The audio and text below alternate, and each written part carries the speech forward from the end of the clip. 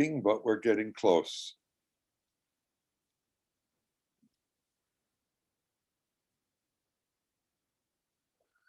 Good evening, my friends. Welcome to Socialist Action's webinar. The subject of tonight's discussion is the events in Palestine, what they mean for the American people, for the struggle for Palestinian liberation. We'll be covering everything from current needs of the movement, demands, debates, to some of the history. Brought to you by Socialist Action. You can join us tonight on our YouTube channel. Just click on it and you can write your comments down on the chat box, and our speakers will do the best we can to answer your questions. Our speakers tonight are Joe Catron from New York City. Joe is the U.S. coordinator of the Samidun Palestinian Prisoner Solidarity Network. He's an organizer for Al-Awada, New York, the Palestine Right to Return Coalition, and the New York for Palestine Coalition. He lived in Gaza from 2011 to 2014. Our second speaker, who will be joining us a bit late, is also a Palestinian refugee, Ziad Abbas Shamroush. He is the executive director in the San Francisco Bay Area of the Middle East Children's Alliance and a long-term activist. I'll start by saying that the recent weeks have been revelatory to millions of people across the globe. For the first time in the United States, we've seen demonstrations, if not a majority, and the majority of young people, especially under 30, identifying with the Palestinian struggle for freedom in the same way that so many millions demonstrated with the Black Lives Matter struggle for freedom. Most people who are younger, however, have no idea why the fuss about Palestine. So with that, I'm going to touch on a bit of background. But first to mention that we've seen 10,000 people demonstrating in Los Angeles, in New York City, in the San Francisco Bay Area, and similar numbers in the thousands. And their demand is end US aid to Palestine. That's the official demand of the United National Anti-War Coalition, UNAC. We adopted it 10 years ago when we were quite alone on that question.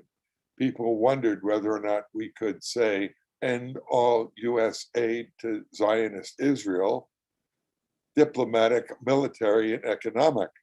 The United States is the chief funder for the Israeli Zionist settler colonial racist state to the tune of $3.8 billion a year and a 10-year commitment to Israel of $38 billion.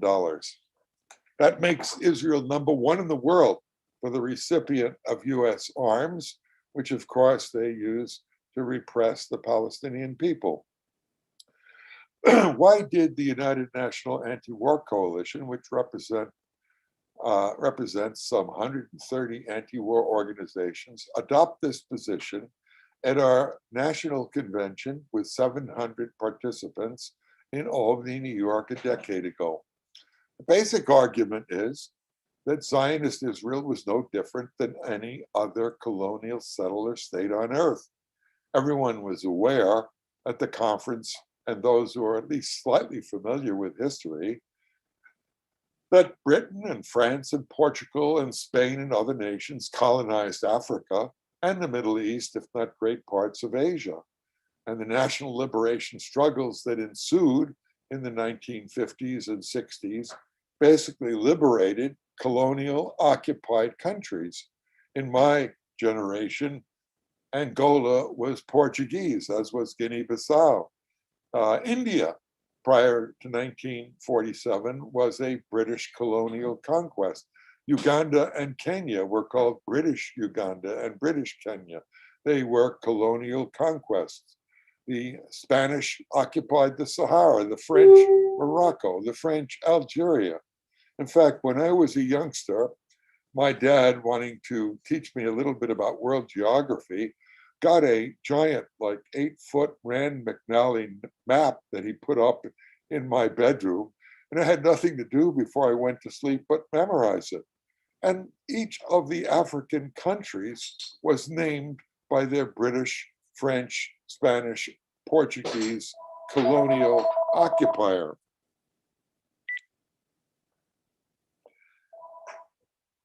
I'm going to cut that call off. Please forgive me. So the Palestinians were, Palestine was similarly a colony of the British government. It was called a mandate. It got there via the famous or infamous secret Sykes-Picot Treaty at the end of World War I, where the British and the French essentially divided up the Middle East. And the British got Palestine, which they occupied, oppressed, and colonized until 1947, when the British government decided that it was going to cede it to the Palestinian people.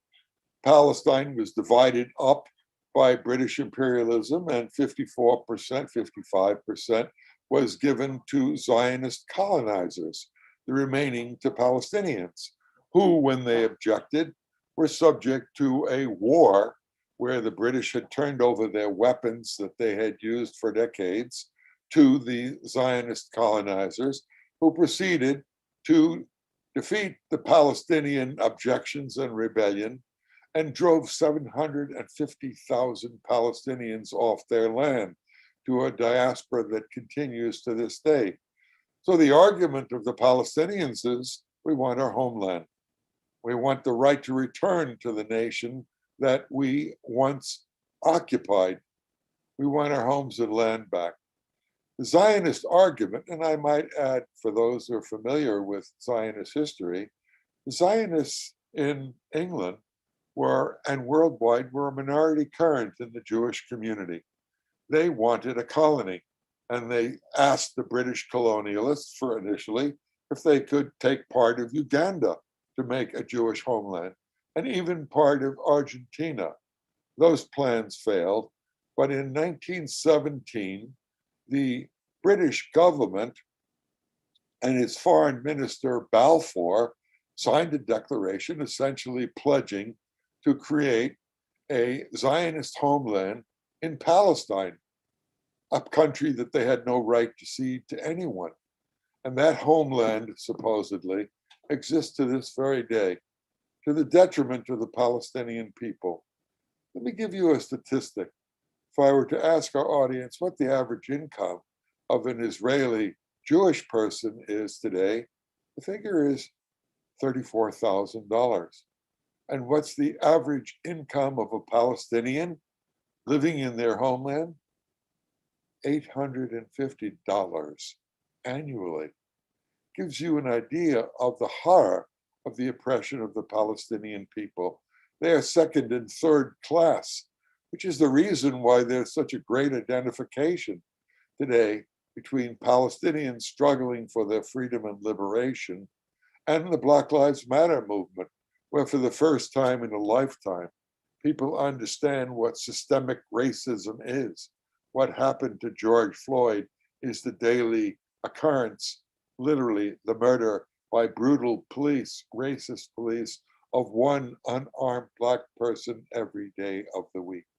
So with that, we have an invaluable discussion and opening up, a movement awakening to the need for solidarity with Palestinians and to demand US hands off. Let's go to our first speaker tonight. Joe Catron, again, is the US coordinator of the Samidun Palestinian Prisoner Solidarity Network. Joe is an organizer of Al Awada, the New York-based coalition fighting for the Palestinian right to return, and also the New York for Palestine coalition. He lived in Gaza from 2011 to 2014. Joe, welcome. Thank you, Jeff. Thank you to Socialist Action for hosting me tonight, and particular thanks for those helpful, comprehensive opening remarks. One continual theme I've heard from my friends in Palestine over recent weeks, from Sheikh Jarrah in Jerusalem to the Gaza Strip, is that what has been happening there is nothing new.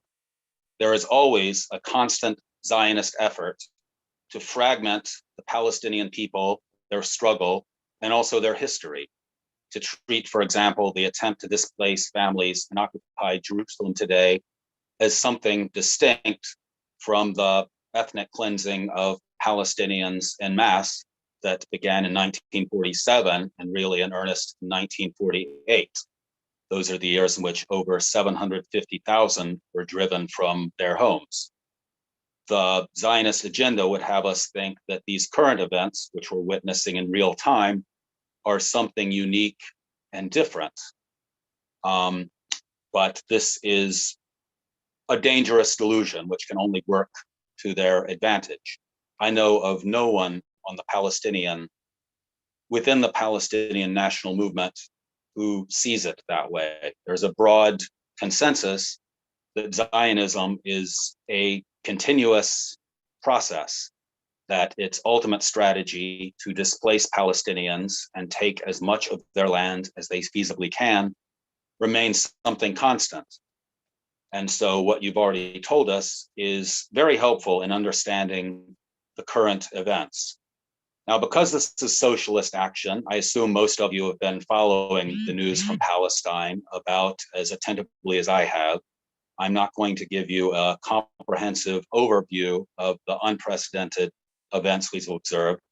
Instead, I'm going to mention a few key points, which I think are very helpful for all of us to keep in mind in understanding them, as well as our best path forward as solidarity activists here in the United States.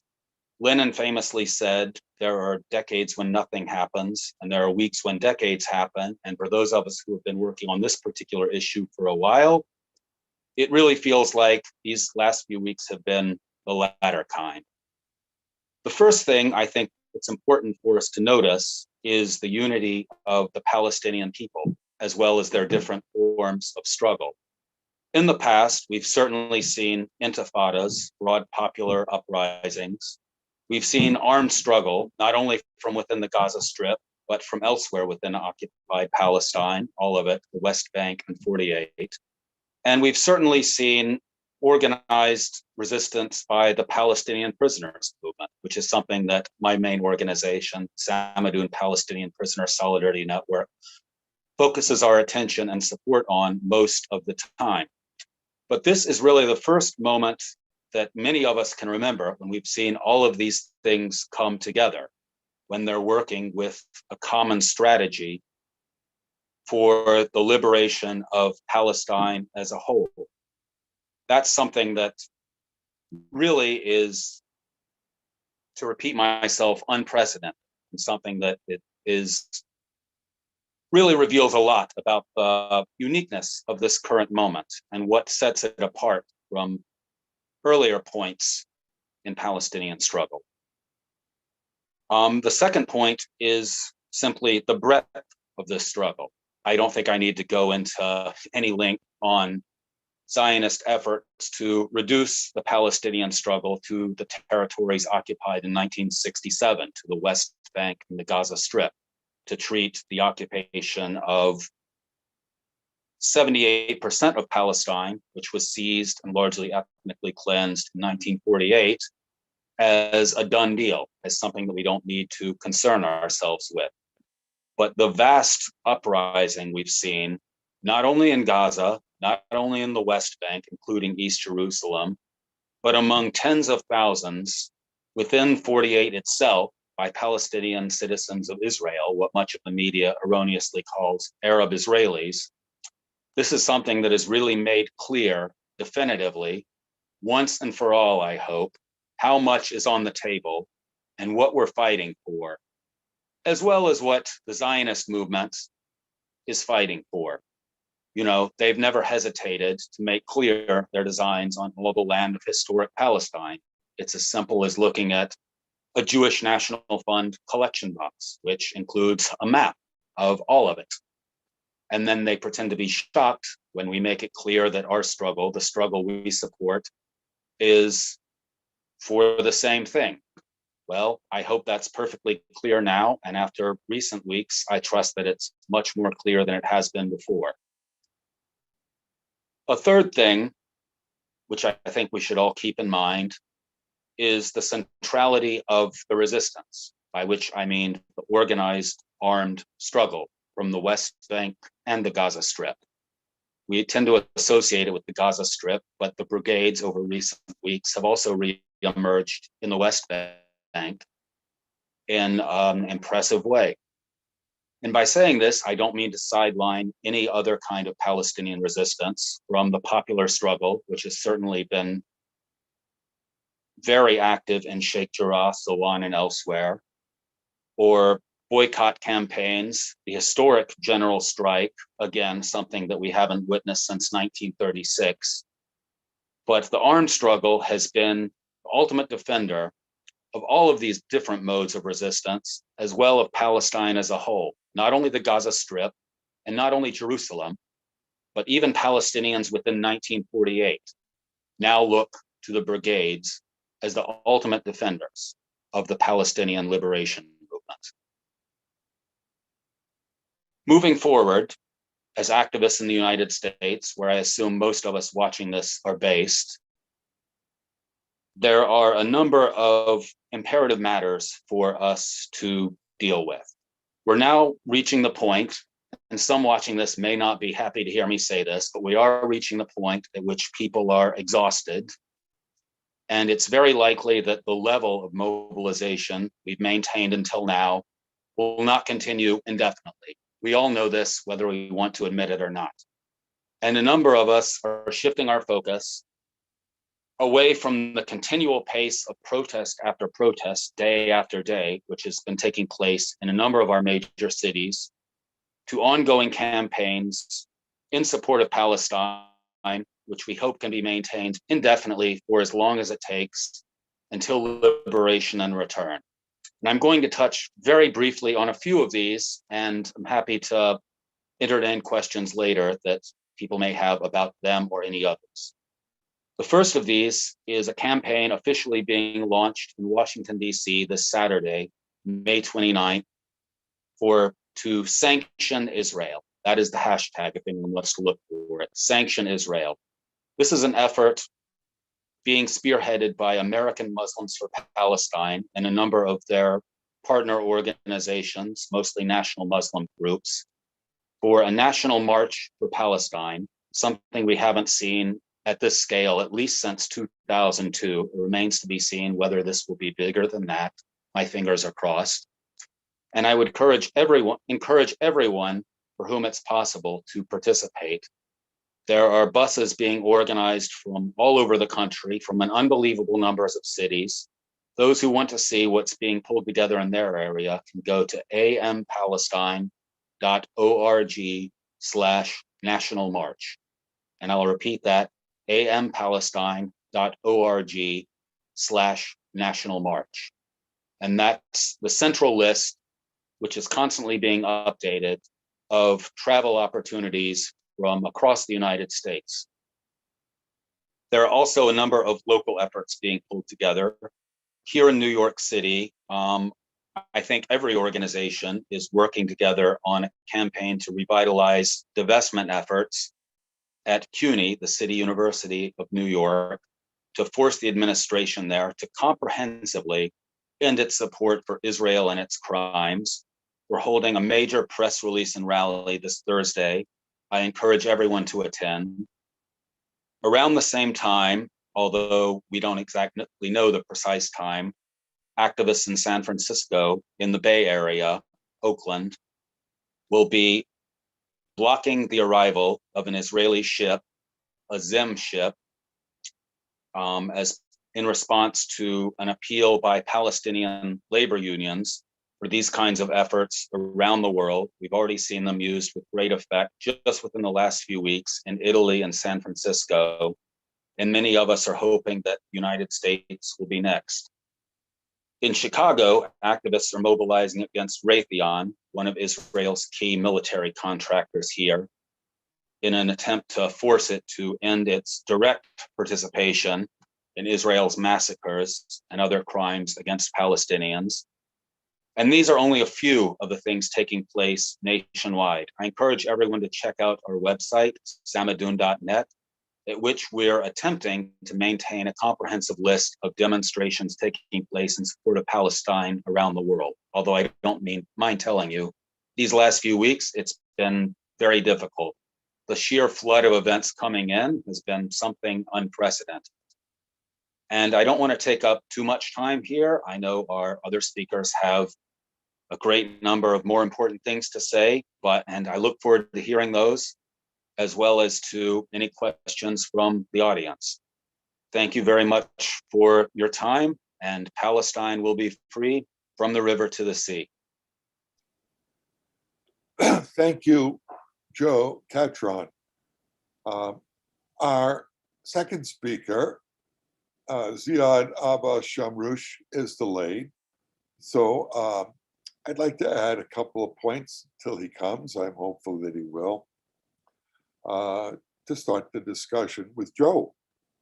Of course, the present events were sparked when a group of would-be settlers mobilized to evict 6 Palestinian families from their homes in East Jerusalem on the grounds that East Jerusalem, which was conquered in 1967, has now been integrated or annexed into the Zionist state, giving it some 85% of Palestine. And when the Palestinians protested, the persecution and armed right-wing groups mobilized to arrest them, along with the government. Some over 1,000 Palestinians have been arrested for protesting against their own evictions. 300 have been murdered by the Zionist rockets or the Zionist missiles. The Israeli government has engaged in a war in 11 days that has destroyed 1,800 Palestinian homes in Gaza, that has destroyed hospitals and 11 military medical facilities, including the COVID testing center. Over 100,000 Palestinians in 11 days have been rendered homeless. These are the events that sparked the current situation in Palestine. So with that, I'd like to welcome our latecomer, Ziad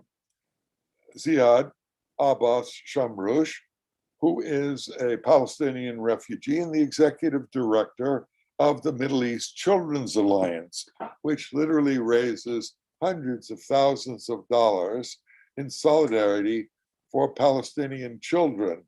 I'm sure you'll tell us about that. But what you missed, Ziad, is a brilliant presentation by me on the history of the colonization of Palestine from the document signed in 1917, pledging that the British government would set up a homeland for Jews in Palestine, which they didn't control, and then 1948 and the division, and then a magnificent presentation by our New York speaker, Joe Catron, on the current situation, on the struggles coming up, including the Block the Boat in the Bay Area, where we hope to have tens of thousands of people in the streets to say no to the Zimline ship, and also to the Washington, D.C. mobilization on May 29th. Ziad, fill us in on your perspective. Again, Ziad is the executive director of the Middle East Children's Alliance and a lifelong Palestinian liberation fighter. Welcome. First of all, thank you so much for having me. And I'm sorry to be late. I was in another interview on the radio with UC Davis. This is one of the things, and other meeting earlier. Anyway, if you did about colonialism, I think you did a great job. So you make it easy for me. Thank you. And I believe Joe, who did the presentation from New York, you said, right? I'm sure that he contributed to that. For me, I'm working with Mecca, Middle East Children Alliance, and I'm saying this because we are in daily contacts with our staff members in Gaza and in West Bank and in Lebanon, not just one location. We are working in different areas.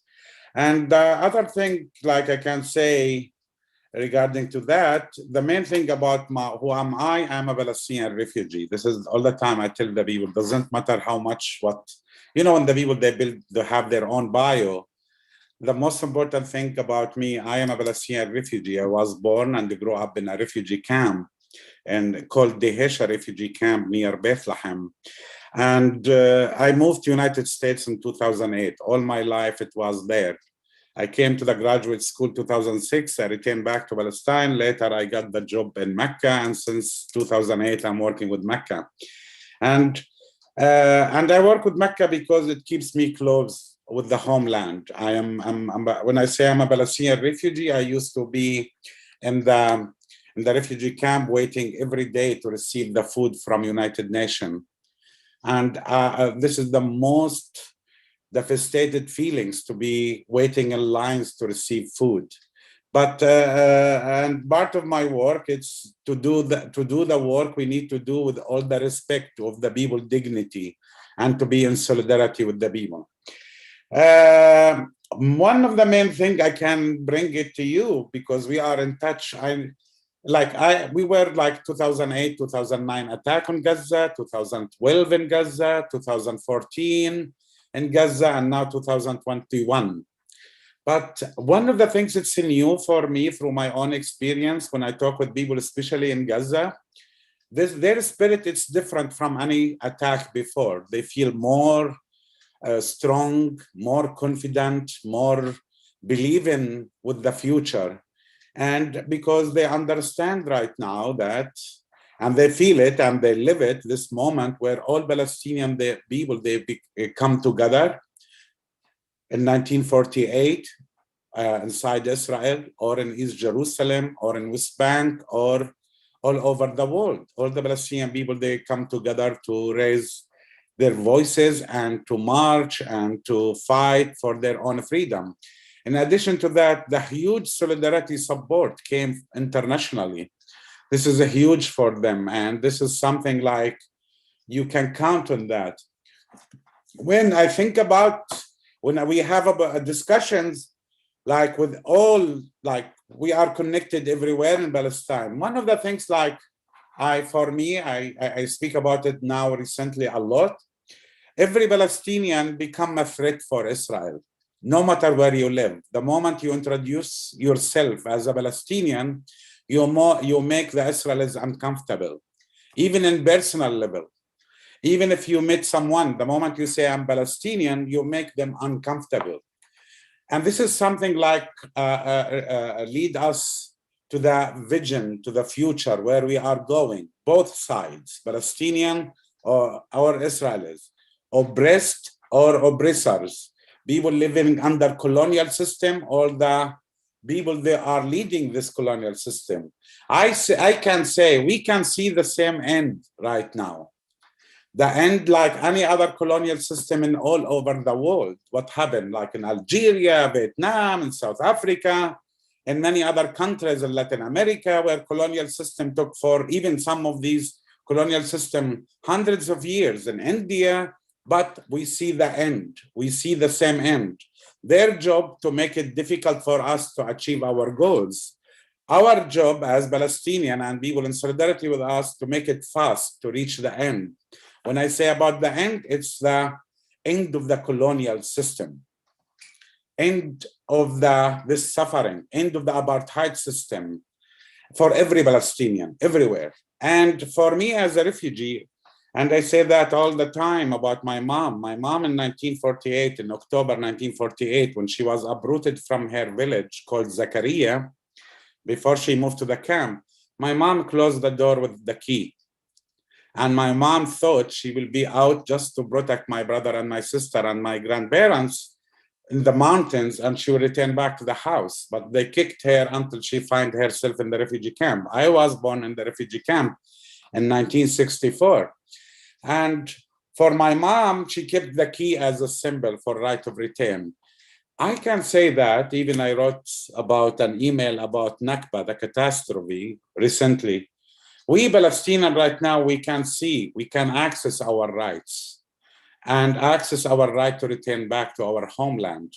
And when I speak about right of return for Palestinian refugees, which represent the majority of the Palestinian people, because the 750,000 uprooted in 1948, right now we are close to 8 million refugees. Almost 6 million refugees recognized by United Nations, registered in United Nations, and other 2 million, they are not registered. Like my brother in Jordan, he's not registered in the United Nations as a refugee, but he is a refugee. So 8 million Palestinian refugees, we feel more close or one step ahead toward our rights, because what happened in last few weeks. And I say this because we are so lucky. We have amazing young generation. Young generation in Palestine, they are not afraid anymore. They are not scared anymore. And there are many, many steps ahead of our leadership. They know what they want. They know about their rights, and they are continuing the struggle. We saw that thousands of them, tens of thousands in Jerusalem, in the streets. The army attacked them, the police attacked them. They move for an hour, they return back. They are arrested, they smile. Even they start using the smile weapon. Whenever they are arrested, they call each other smile, smile for the camera, because everyone, they are doing their work, activity, and they are documenting. They are not counting anymore in the corporate media to support them. So they are using the other resources. And this young generation in Jerusalem, in Sheikh Jarrah, in 1948, which right now Israel, they are having a new laws. I call it's producing. Israel all the time producing new laws, their own laws, where they try to make it difficult for the Palestinians to struggle for their rights. And all the young people in 1948 with East Jerusalem, even in Gaza, and with all the forms of resistance, Palestinians using all the forms of resistance, all the tools, according to many reports coming from Palestine, Palestinians, they are resisting in different way against this colonial system. And this is what we say it like, according to our culture. I don't know how many of you know about our dabka, the folklore dance. We call it dabka. When they step by their feet on the stage, they make the noise, and sometimes they make the stage shaking. Now Palestinian youth and their steps and moving in the streets of Palestine and outside Palestine, they are shaking the earth or the land under the Israeli occupation. And this is something really very important. One of the last thing I will say, and I will open it, I'm sure you and Joe covered a lot in the beginning. We can see it right now, as I said, and this is something huge. To be honest, when I was young, because I used to hear my mom, I was educated my mom, I don't know my dad. And I am the youngest one in my family. My name is Ziyad, I say this. Ziyad in Arabic means extra, additional. I am the last one, the youngest one, and I came with by mistake, according to my mom and my dad. So I used to hear the stories from my mom when I was a child and her generation. Every few days they come together and they start remembering about how the life in the village. And I draw a picture to my village even before I visited my village the first time. But I was dreaming, I was imagining how right of return, where the trucks will come in front of the camp. We put our furniture, we don't have furniture. We used to have few mattresses and blankets and our small tiny things, and we will drive back toward the village. Right now, this imagination, I feel it close. It's real. It's more than it's a dream. Because I saw Palestinian people, they cross the borders many times right now. 2011, it was happened. 2018, it was happened. And 2021, where many Palestinian and Arab young people, they crossed the borders in Jordan. They crossed the borders from Lebanon, and they were shot. And 2011, they crossed the borders from Syria. And sometimes I say, this is like they are practicing, they are rehearsing how the people, they will come back. It's not imagination. It's something more practical. And for the Israelis as a colonial system now, we are reaching the stage that the international solidarity movement, it's taking a few steps ahead toward Palestine. And we can count on that, and we can build on it. It's accumulation process, Jeff. It's building step by step, phase by phase. And we feel we are very close. I'll stop here, and I'm willing to answer more questions. Ziad, thank you.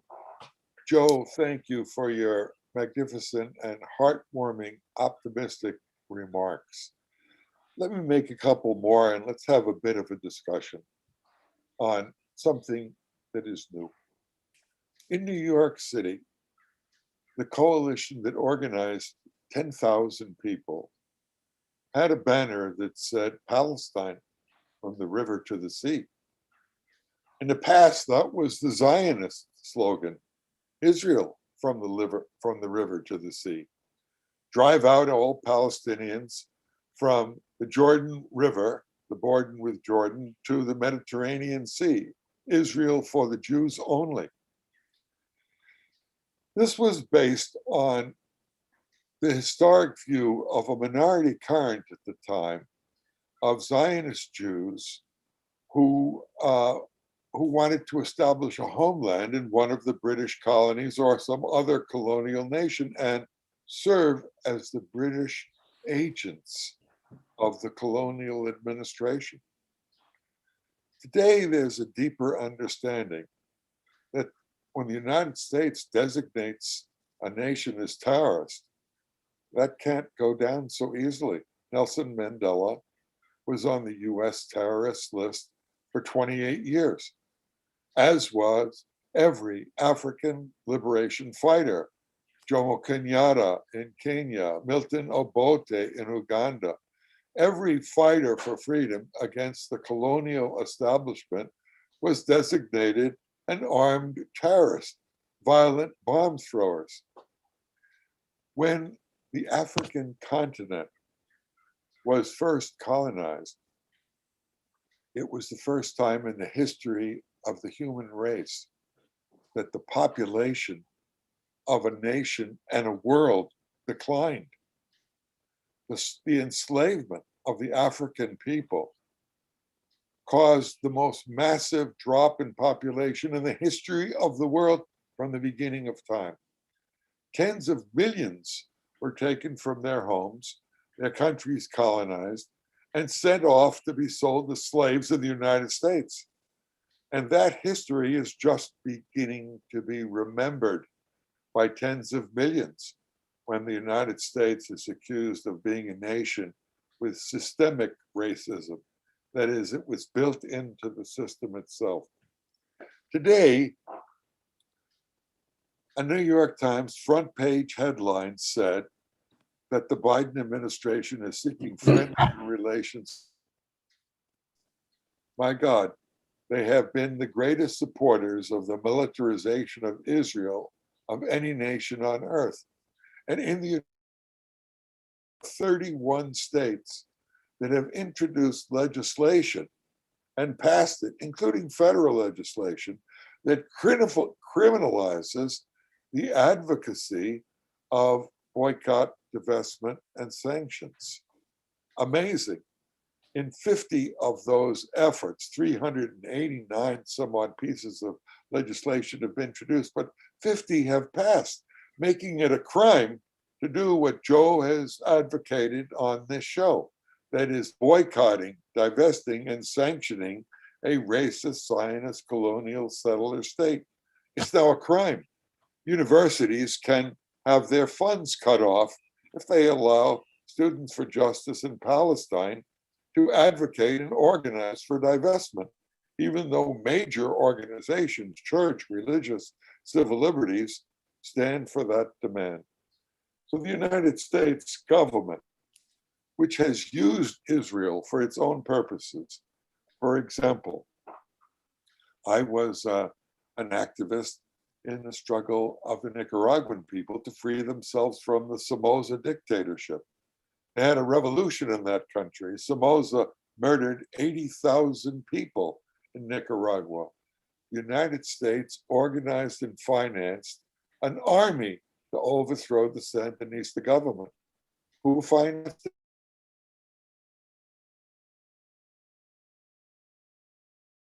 Bombed Syria.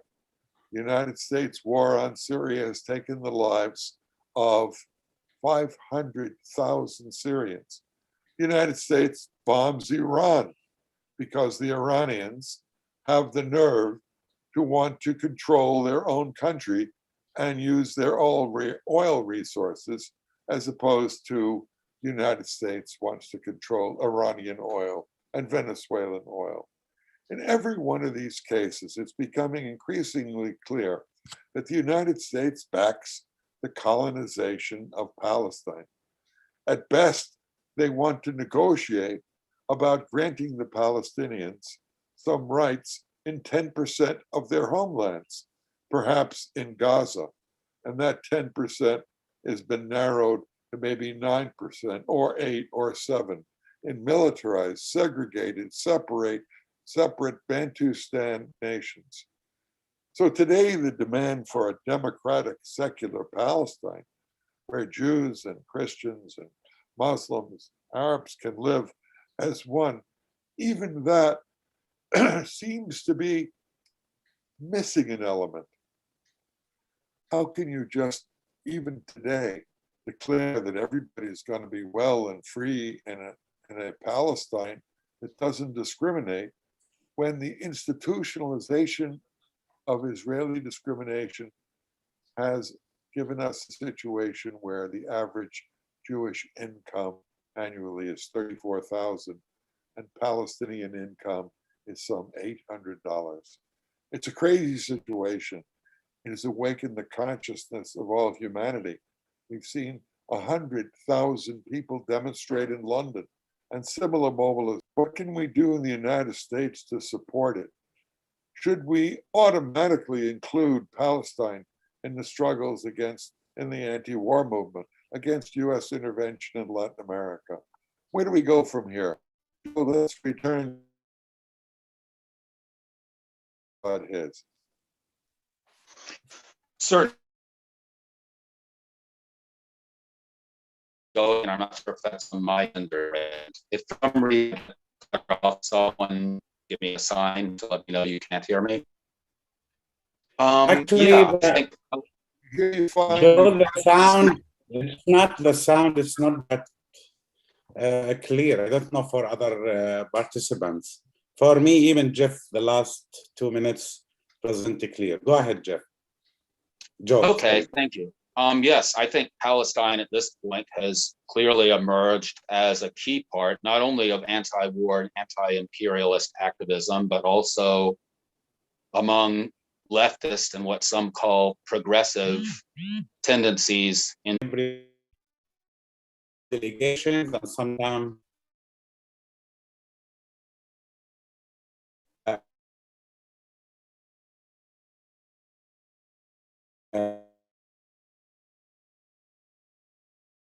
from the United States.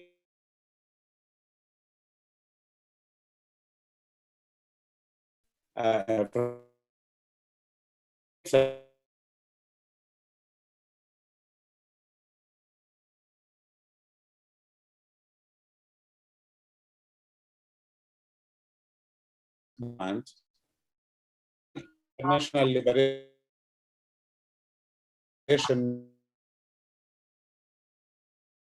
movement. There are many liberation movements from Latin America. They were connected to the liberation the Palestinian liberation movement. And for certain period, actually, Palestinian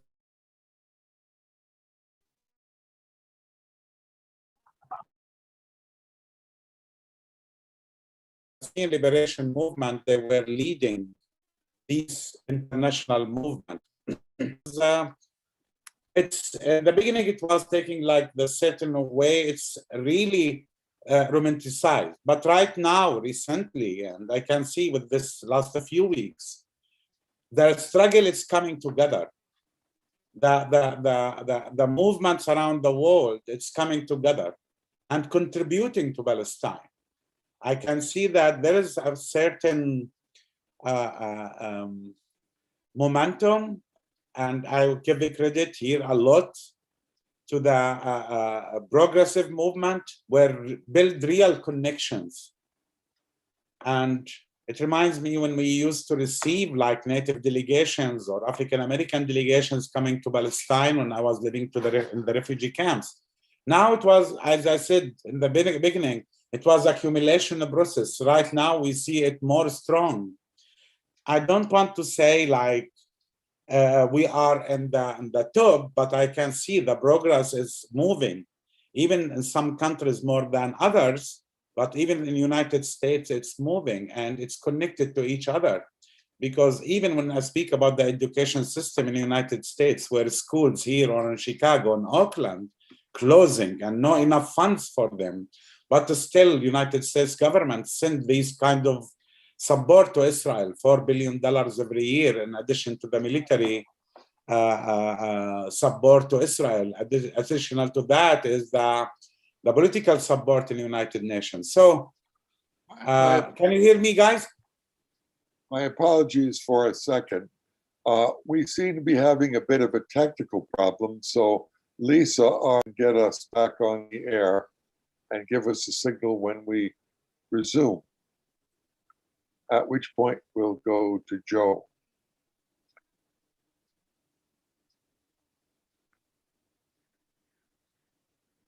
In the meantime, check out our Socialist Action YouTube. You can find it on our website at socialistaction.org and join us. Are we ready to resume, Lisa?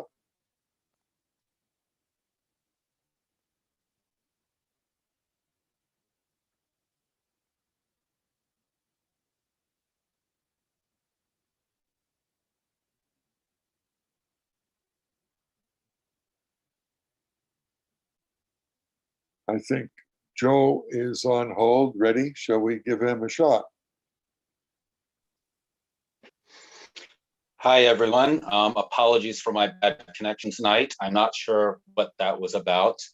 And also apologies for missing part of Ziad's remarks. I hope I don't repeat them too much. And by the way, I'm really honored by the opportunity to speak along Ziad tonight. The Middle East Children's Alliance is one of my favorite organizations doing any kind of charitable or relief work in Palestine and the region. So while we all know that Palestine ultimately has political problems and charity won't solve them, if you are looking to donate towards Palestine, Mecca is really one of the best options you have. I wholeheartedly recommend them. And at the risk of repeating what I missed, when I lost the connection earlier, I was starting to say that I think Palestine has emerged not only as a key issue for anti-war and anti-imperialist activism broadly here, but also for leftist and what we might call progressive tendencies. It's starting to be something that's taken for granted that people will naturally support it, just as they support the Black struggle. That's something that we expect of people involved in our things. It isn't really a question we ask anymore. And Palestine is attaining the same status, not as comprehensively. We don't see corporations throwing money at it and festooning its logos all over everything. And that's a mixed bag, by the way. It's not entirely bad that they aren't willing to claim us, because there are many pitfalls in that direction. But the kinds of statements we've seen from some politicians, who of course we know are opportunistic in recent weeks, as well as the silence from some other politicians who we would have expected to speak out loudly in Israel's support, are really things that we would not have observed just a few short years ago. And we're even beginning to see some acceptably tolerable statements on Palestine breaking through into mainstream corporate media in a way that certainly hasn't happened within my memory. So as slow as our struggle is here, I do think that we're achieving some things. And our task at this point is figuring out how to build on what we're experiencing, this shift in grassroots sentiment, and transform that into something organized that's capable of achieving real concrete goals, not only against corporate targets, which are popular, the companies and other institutions that enable Israel's crimes in various ways, but first and foremost against the US government, our government, which is the single foremost enabler of every single crime Israel commits. And that's one reason that I'm particularly excited about this new campaign to sanction Israel and the National March for Palestine this Saturday, as well as all of the other efforts that have been discussed. And I'm sorry, I feel a little scattered and rambling. There's so much going on right now. There's such a flood of initiatives and efforts that it's hard to tie it all together. So I'll leave it there for now, but happy to hear and discuss anything else.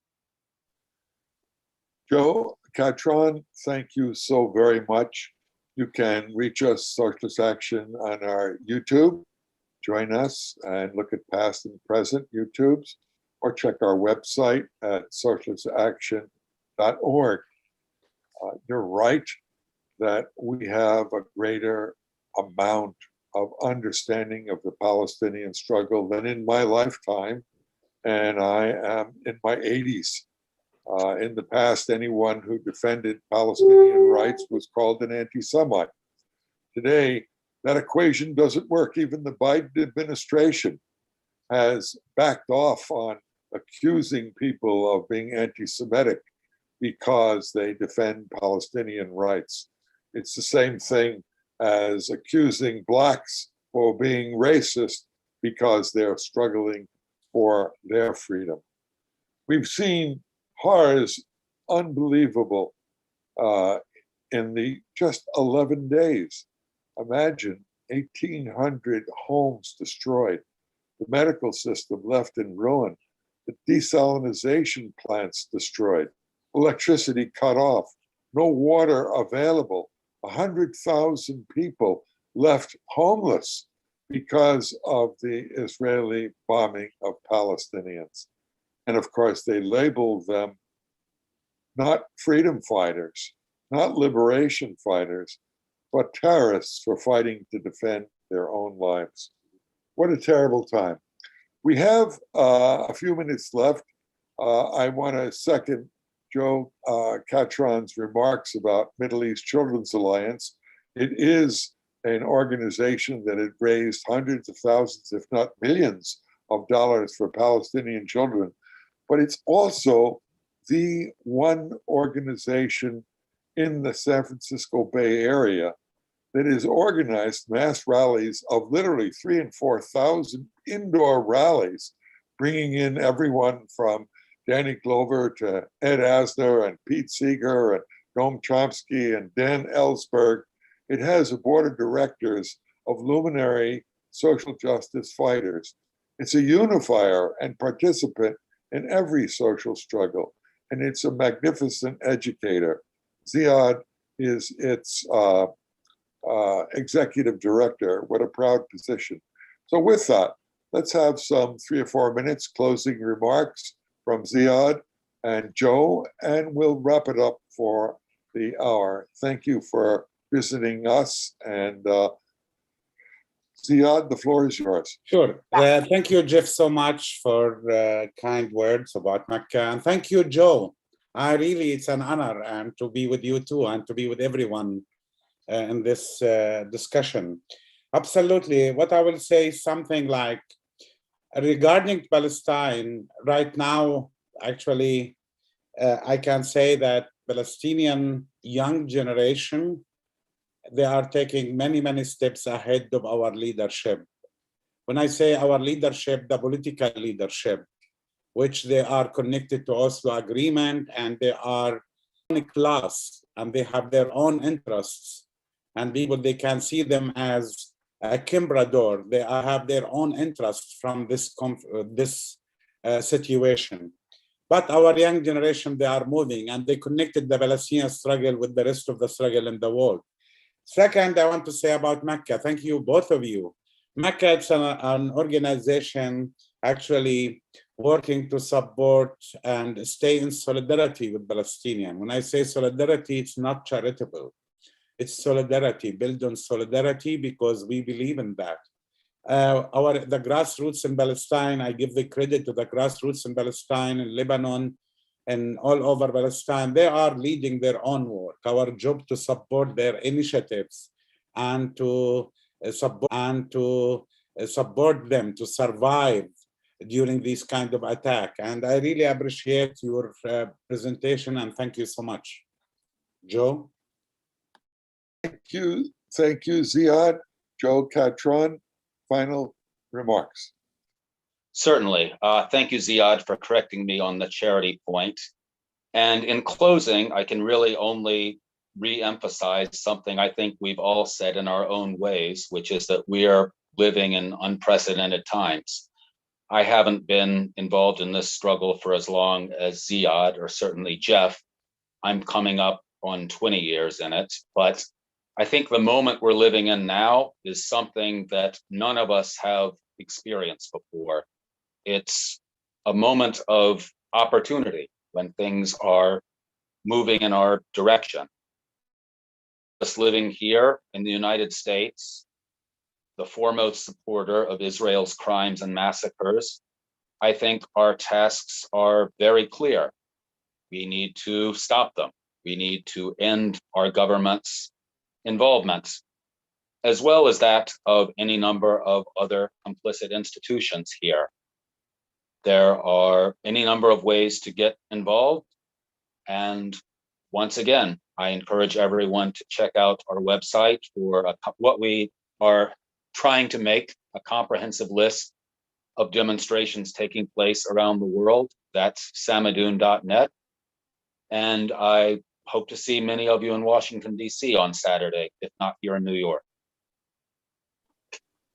Joe, thank you so much. You've heard from Joe Catron. He's the U.S. coordinator of Samidoun Palestinian Prisoner Solidarity Network. He's an organizer for Al-Awada, New York, the Palestinian Right to Return Coalition, and the New York for Palestine Coalition. He lived in Gaza from 2011 to 2014.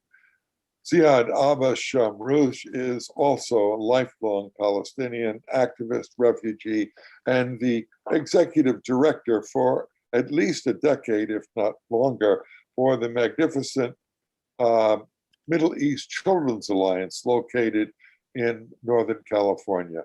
I'm Jeff Mackler. I'm the National Secretary of Socialist Action. I'm the author of Free, Free Palestine and publisher of an incredible pamphlet called The Hidden History of Zionism. Check us out at Socialist Action. Future information and webinars. And we'll close with a hearty thanks to Joe and Ziad. Thanks to Lisa Leonard, our engineer. And I hope to see you back in the streets. September the 29th of May in Washington, D.C. Block the boat in the Bay Area. The Zim Line ships are here. We want thousands in the streets to demonstrate why no Zionist ship should land in any U.S. port. We are not for a settler, colonial, racist state persecuting anyone, and that's the way we express it. Solidarity with the Palestinian struggle for a democratic, secular Palestine from the river to the sea, and thank you so much.